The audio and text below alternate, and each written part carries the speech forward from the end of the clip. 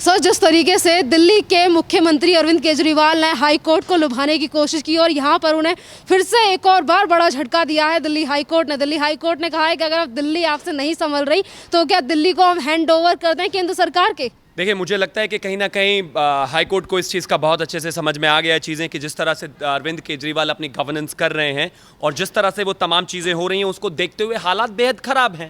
दिल्ली की सिचुएशन हद से ज़्यादा भयावह होती जा रही है और ये क्या नया नाटक है इनका कि आप 1000 या 2000 या 10,000 बेड जो भी है एक 5 स्टार होटल में दिल्ली के जजेस के लिए देना चाहते हैं। क्यों? आप उनको रिश्वत देना चाहते हैं कि आने वाले समय में वो आपके काम आए? आप उनको रिश्वत दे के डराना चाहते हैं, धमकाना चाहते हैं, बताना चाहते हैं या कहना चाहते हैं कि आपका कोई स्पेशल केयर मैं करूंगा तो आप मेरा भी ख्याल रखिएगा? ये इस तरह की बेवकूफ़ी भरी सोच सिर्फ और सिर्फ अरविंद केजरीवाल की हो सकती है। और आप मुझे एक चीज़ बताइए, मतलब इस देश का नागरिक सुप्रीम कोर्ट और हाई कोर्ट का जज तो है लेकिन एक आम आदमी नहीं है। एक गरीब आदमी जो शायद अफोर्ड नहीं कर सकता इस इलाज को, उसको दिया जाना चाहिए बेड तो ना।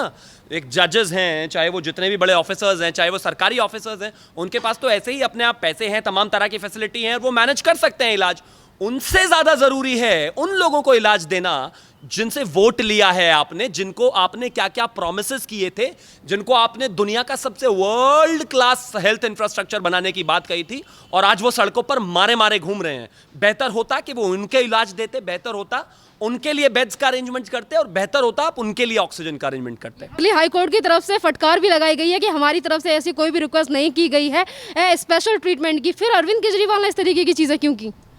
देखिए, अरविंद केजरीवाल इस देश में अपने आप में एक तरह का केस स्टडी बनने वाले हैं, ये आप लिख कर रख लीजिए, क्योंकि वो एक ऐसे मुख्यमंत्री हैं जिनकी इनकॉम्पिटेंसी के चर्चे दुनिया भर में होंगे। आपको याद होगा अभी पिछले दिनों प्रधानमंत्री नरेंद्र मोदी जी के साथ बैठकर उन्होंने एक कॉन्फ्रेंस में जो जितना उनका हिस्सा था उतने को बस लाइव कर दिया। मतलब जो बातें उन्होंने कही थी उनको एयर कर दिया, यानी कि अपनी टोपी प्रधानमंत्री के नाम पे शिफ्ट कर दी कि खत्म कहानी, मैं हार गया, मेरे बस की कुछ करना नहीं है, आप हमें ये चीजें दे दीजिए। खत्म कहानी। जनता में एक परसेप्शन बनाने की कोशिश की। उसके बाद उन्होंने कहा कि हमारे यहां पर ऑक्सीजन की कमी है क्योंकि केंद्र सरकार ऑक्सीजन भेज नहीं रही।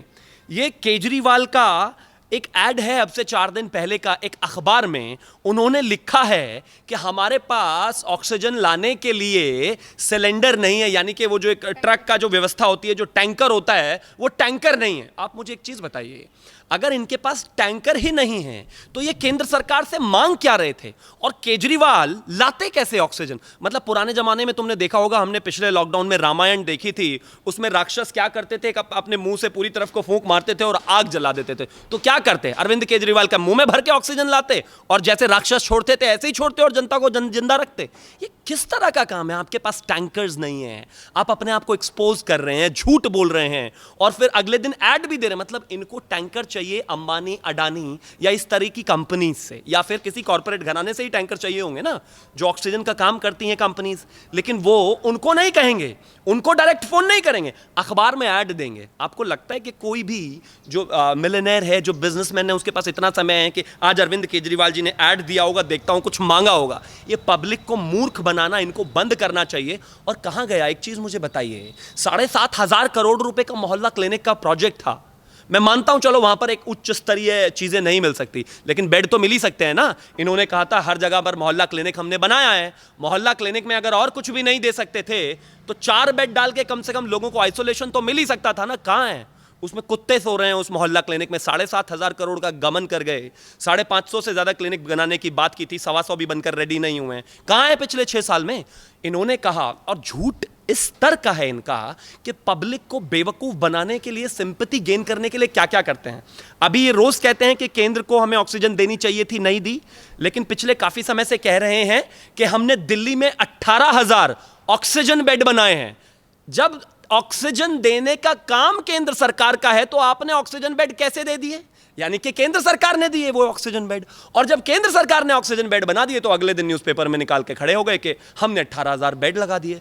इस देश और खास तौर पर दिल्ली प्रदेश को, इस जनता को समझने की बहुत ज्यादा जरूरत है कि ये वो व्यक्ति है कि जो कुछ करना नहीं है, चीख चिल्ली ज्यादा होनी है, हंगामा ज्यादा करना है और जब मामला डिलीवर करने का आना है तो बस टोपी ट्रांसफर कर देनी है। अच्छा, मोदी जी की जिम्मेदारी है, मेरे बस की नहीं है। मैंने 18,000 बेड बना दिए थे, ऑक्सीजन मैंने दे दी थी, लेकिन ऑक्सीजन देना मोदी जी का काम है, अब मोदी जी नहीं दे रहे हैं तो मैं क्या करूं। पर जब वो बात कर रहे हैं, एक प्रधानमंत्री और मुख्यमंत्री भी जब इस देश में एक बात शांति से प्राइवेटली कर नहीं सकते, आने वाले समय में इस देश में खास तौर पर एक राजनीतिक जो संस्कृति होती है उसका क्या होगा उस प्राइवेसी का, जिसके ऊपर तमाम चीजें और डिस्कशंस होती हैं। मुझे लगता है कि ये इस देश को समझना पड़ेगा। और ये प्राइवेट से भी ज्यादा इंपॉर्टेंट बात ये है, एक और मॉडल इन्होंने खड़ा कर दिया। नई चीज मैं आपको आज की बताता हूं।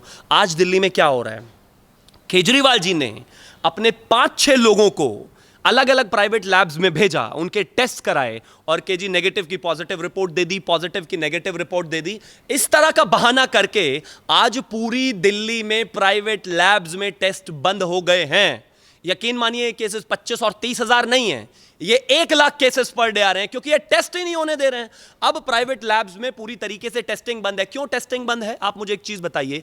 आपने ऑफिसर्स बना दिया, जितना भी सरकारी आइसोलेशन सेंटर्स हैं उनमें सरकारी हॉस्पिटल से जो रिकमेंडेशन जाएगी सिर्फ उन्हीं को एडमिशन मिलेगा। क्यों मिलेगा सिर्फ उन्हीं को एडमिशन? जो सड़कों पर जनता मर रही है उसका क्या है? वो अप्रूव करेगा नहीं करेगा, डॉक्टर कौन चक्कर में पड़ेगा? तमाम तरह की चीजें हैं। और जहां तक बात हाई कोर्ट की है, बिल्कुल सही कह रही है। एक इनकॉम्पिटेंट व्यक्ति जो 2.5 करोड़ का प्रदेश नहीं चला सकता, उस आदमी को, इन सबको मोदी बनना है, इन सब विपक्षियों को मोदी बनना है। 2013 से पहले मैं अपने देश की जनता से पूछना चाहता हूं, आपने कभी इस देश में नरेंद्र मोदी जी का कोई ऐड, कोई नाम देखा था? नहीं देखा होगा, सिर्फ सोशल मीडिया पर कहीं सुना होगा। 2013 से पहले आप नरेंद्र मोदी को उस तरह से जानते थे जो आज जानते हैं? नहीं जानते होंगे, क्योंकि नरेंद्र मोदी जी गुजरात में रहते हुए उत्तर प्रदेश में, दिल्ली में और इसके अलावा पंजाब में, हरियाणा में, सब जगह लोकल और नेशनल टेलीविजन पर ऐड दे देकर नरेंद्र मोदी नहीं बने हैं। उन्होंने गुजरात का एक मॉडल बनाया, 12-13 साल वहां पर बिताए, उसको डेवलप किया। डेवलप करने के बाद वो नेशनल पॉलिटिक्स में आए और प्रधानमंत्री बने।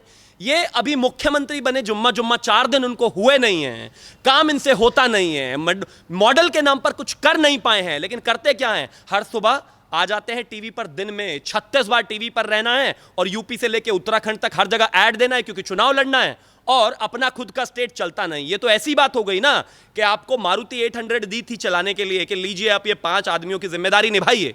इनसे मारुति 800 चलती नहीं और चाहिए इनको ट्रेन चलाने के लिए, यानी कि प्रदेश 2.5 करोड़ का चलता नहीं, 130 करोड़ देश चलाने की उम्मीद करते हैं। ये फ्लॉप गवर्नेंस का सबसे एपिक मॉडल है जो अरविंद केजरीवाल चला रहे हैं। और झूठ, फरेब, ड्रामेबाजी, ऑक्सीजन, तमाम तरह की चीजों पर फेल। और सिर्फ यही फेल नहीं है, आप पूछ लीजिए बाकी जगहों पर जाकर। महाराष्ट्र का क्या हाल है? महाराष्ट्र में भी 8 प्लांट्स के लिए पैसा मिला था इनको, कहां गया? एक प्लांट भी नहीं लगा है महाराष्ट्र में ऑक्सीजन का। पिछले 1 साल से कोरोना है, एक ऑक्सीजन प्लांट नहीं लगा। और ड्रामे सबसे ज्यादा है इनके। दिल्ली को 201 करोड़ रुपया मिला था पीएम केयर से, एक प्लांट लगाकर बैठे हुए हैं।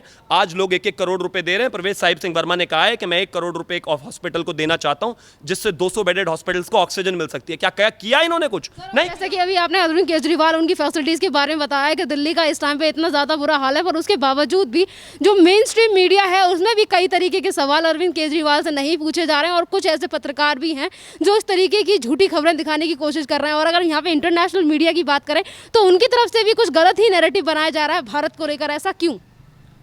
इंटरनेशनल मीडिया का मैं आपको थोड़ा सा रियलिटी बता देता हूं। किसी को भी बहुत ज्यादा पैनिक करने की हिंदुस्तान में आवश्यकता नहीं है। मैं मानता हूं महामारी है, महामारी में हाल यही होता था, आज से 100 साल पहले भी हुआ है, आज भी यही हुआ है। जो ये इस दुनिया के बॉस है ना, उनका भी जरा थोड़ा सा डेटा देख लीजिए। यूनाइटेड स्टेट्स में करीब 32 करोड़ जनता है, यानी कि उत्तर प्रदेश से 10 करोड़ ज्यादा। उनके केसेस कितने हैं? उनके 3,28,75,045 केसेस, 3,28,75,000 केसेस यूनाइटेड स्टेट्स में आए थे, जो दुनिया में सबसे ज्यादा बेहतरीन मुल्क है। क्यों नहीं रोक पाए वो? आज उनके जो ये वॉशिंगटन पोस्ट और ये दुनिया भर के ड्रामेबाजी इस देश के लिए कर रहे हैं और तमाम तरह की छवि को बाहर लेकर जा रहे हैं, अपने देश में क्यों नहीं रोक पाई? ये यूनाइटेड स्टेट्स अपने देश में क्यों नहीं रोक पाई? ये तो बहुत बड़े लोग हैं ना, इनके पास पर व्यक्ति, इनकी पर कैपिटा इनकम हिंदुस्तान से 20 गुना ज्यादा है, इंफ्रास्ट्रक्चर में हिंदुस्तान से 20 गुना ज्यादा है, इसके अलावा हेल्थ केयर में हिंदुस्तान से 20 गुना ज्यादा है। फिर अपने लोगों को क्यों नहीं बचा लिया? 5,86,000 लोग मर चुके हैं, 5,86,611 लोग यूनाइटेड स्टेट्स में आज की डेट तक मर चुके हैं। मेरा देश 130 करोड़ का देश है, उनसे 4 गुना बड़ा और क्षेत्रफल में उनसे 11 गुना छोटा।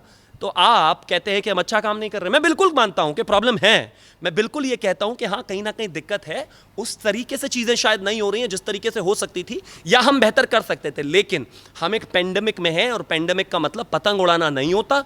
यहां पर कहीं ना कहीं जितनी भी व्यवस्थाएं आपकी होती हैं वो सब फ्लॉप हो जाती हैं, पूरा कोलैप्स हो जाता है। आप इनको छोड़ दीजिए ना, इटली को ले लीजिए, 6 करोड़ का देश है इटली। 6 करोड़ के देश में 3,97,11,014 केसेस हैं। 3 करोड़ यानी कि 50% पॉपुलेशन आज तक हो चुकी है, और 1,19,539 केसेस में डेथ हो चुकी है उनकी।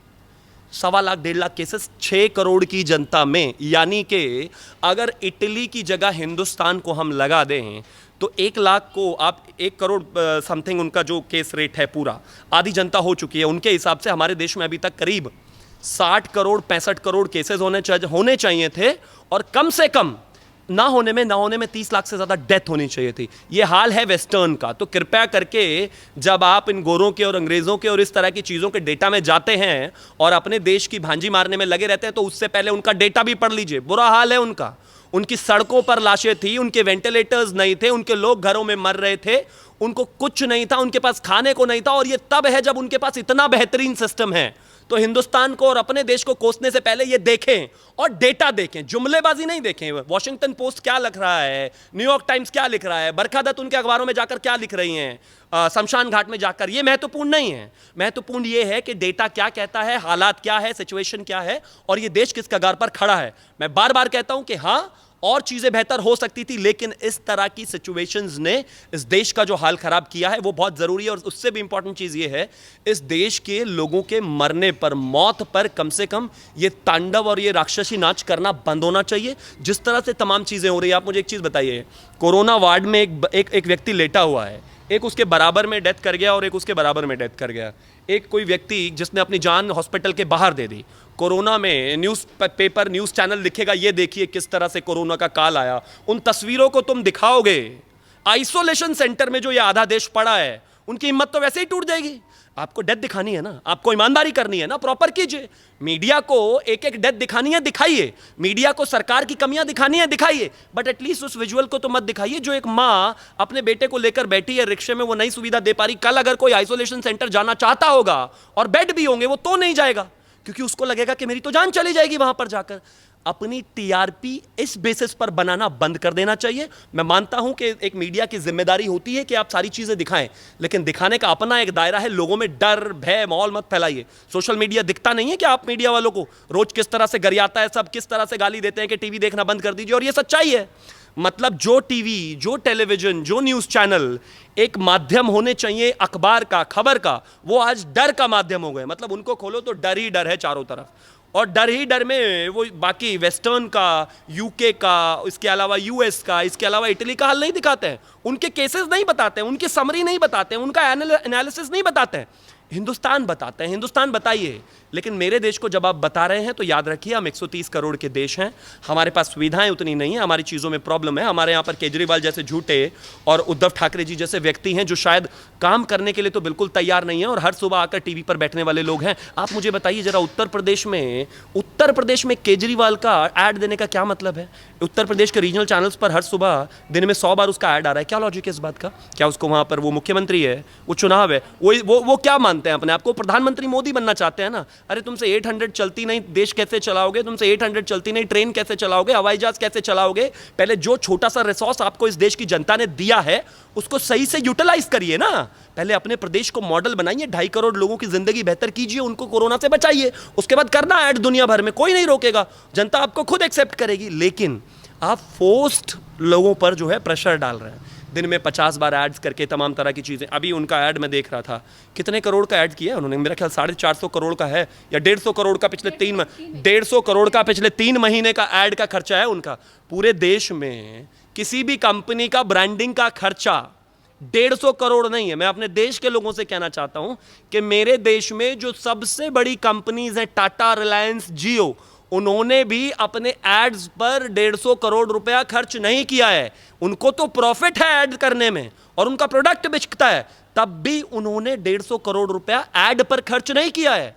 और आप एक ऐसे व्यक्ति को गुड गवर्नेंस का मॉडल मानते हैं, इससे बेहतरीन, मतलब इससे बेहतरीन प्रोडक्ट तो मुझे लगता है हिंदुस्तान का पार्ले जी होगा। इतना ऐड उसका कर दे, शायद इससे ज़्यादा बिक जाए वो। मैं कहता हूँ इतने इनकॉम्पिटेंट व्यक्ति से लड़ना ही अपने आप में बहुत बुरी चीज़ है। और दिल्ली की जनता या फिर महाराष्ट्र की या फिर कहीं और की आधे टाइम तो कोरोना से लड़ ही रही है, लेकिन आधे टाइम इन जैसे इनकॉम्पिटेंट लोगों से भी लड़ रही है जो इस काम को ना कर रहे हैं, ना समर्थन कर रहे हैं, ना साथ दे रहे हैं, सिर्फ और सिर्फ रोड अटका रहे हैं। और जैसा कि मैंने पहले कहा, काश अगर इन्होंने 1 साल में कुछ किया होता तो आज इनकी ये हालात नहीं होते। और काश ये 150 करोड़ रुपया आप लोगों के बीच में लगा होता, अपना चेहरा चमकाने के लिए वो नीली शर्ट पहन के हाथ जोड़ के आप घर में रहिए, घर में रहिए। अरे किसी को मानना है वो अपने माँ बाप बेटे चाचा भतीजे की बात मानेगा या केजरीवाल की बात मानेगा? फालतू में आकर टाइम बर्बाद करते हैं, टीवी भी नहीं देखने देते। बंद कर देना चाहिए और ये ड्रामा बिल्कुल खत्म होना चाहिए, क्योंकि हम एक ऐसी सिचुएशन में हैं जहां पर चीजें वॉर से भी ज्यादा खतरनाक है। हाँ, चीज़ें बेहतर हो सकती हैं, लेकिन इस तरह से तो बिल्कुल नहीं। और कृपया करके हमें वेस्टर्न का पाठ पढ़ाना बंद कर दीजिए। जब आप वेस्टर्न का पाठ पढ़ाते हैं तो अपना मोर्टेलिटी रेट देख लीजिए, अपनी जनता देख लीजिए, अपने लोग देख लीजिए, अपने रिसोर्सेज देख लीजिए, और उसके बाद कितने लोग आपके देशों में चले गए उनको देख लीजिए। आप अगर इतने बेहतरीन होते तो अपने देश की जनता को बचा लेते। लेकिन फिर भी जो देश हिंदुस्तान के साथ आ रहे हैं, चाहे वो 10 लाख के देश हैं और चाहे 10 करोड़ के, जितना भी मदद कर रहे हैं उनका बहुत बहुत शुक्रिया और धन्यवाद। और दुनिया में मिसाल इसी तरीके से बनती है कि जब कोई विपदा पूरी दुनिया पर आए तो सब मिलकर उसका सामना करें। धन्यवाद सर।